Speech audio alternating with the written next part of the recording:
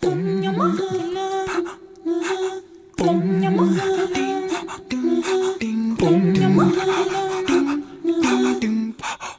a pas envie d'en manger, ben elle n'en mange pas là.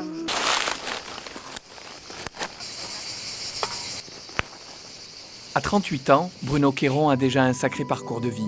Mécanicien au départ, il a également été graphiste avant de commencer à 23 ans un bac agricole et des études forestières.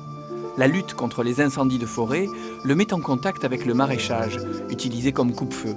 Mais sans emploi de forestier, il renoue avec son travail de graphiste chez un imprimeur à Paris. Aujourd'hui, il a créé une exploitation agricole organisée en AMAP, en association de maintien de l'agriculture paysanne. Voilà, il est encore bien lourd cette semaine. Où les consommateurs, abonnés par panier, viennent régulièrement lui rendre visite. Depuis Paris, la grisaille et le néon l'ont obligé à revenir dans le Var. Et au bout de 3 ans, j'ai craqué et je me suis dit qu'il fallait que je retourne à la terre. Et donc je suis redescendu de Paris avec ma femme et on a cherché un terrain pour s'installer. Et donc on a eu le coup de foudre ici, sur ce terrain.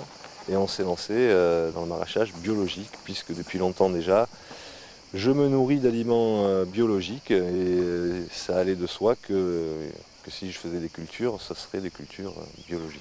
Il doit rester un peu de mozzarella, ça doit être pas mal, hein, avec le petit basilic qui va bien. Par la suite, il a fallu quand même se former un petit peu à tout ce qui était maraîchage.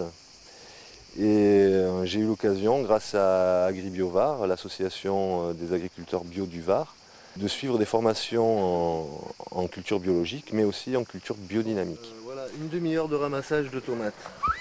Et on pourrait faire une analogie avec l'homéopathie. C'est-à-dire qu'on va travailler effectivement en préventif surtout.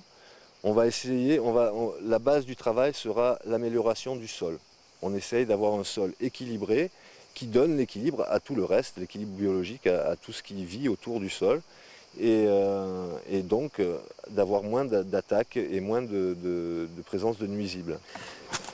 Alors la dynamisation de la préparation se fait en tournant dedans, en créant un vortex. Comme pour l'homéopathie, les préparations d'agriculture biodynamique peuvent se faire à base de plantes, dont l'action est dynamisée dans un liquide ou intégrée dans l'humus mélangé au sol.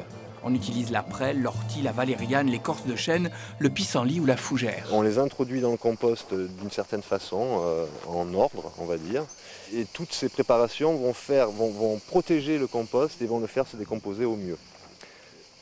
Donc on a pu voir sur les parties cultivées où a été dynamisée cette préparation une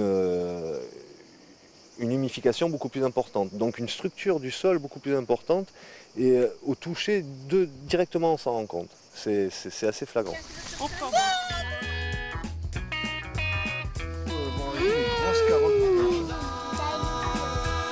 Bruno Quéron est à Tourves, à côté de Saint-Maximin, dans le Var. Si son parcours et l'agriculture biodynamique vous intéressent, rendez-vous sur le site de France 3 pour les détails et les coordonnées.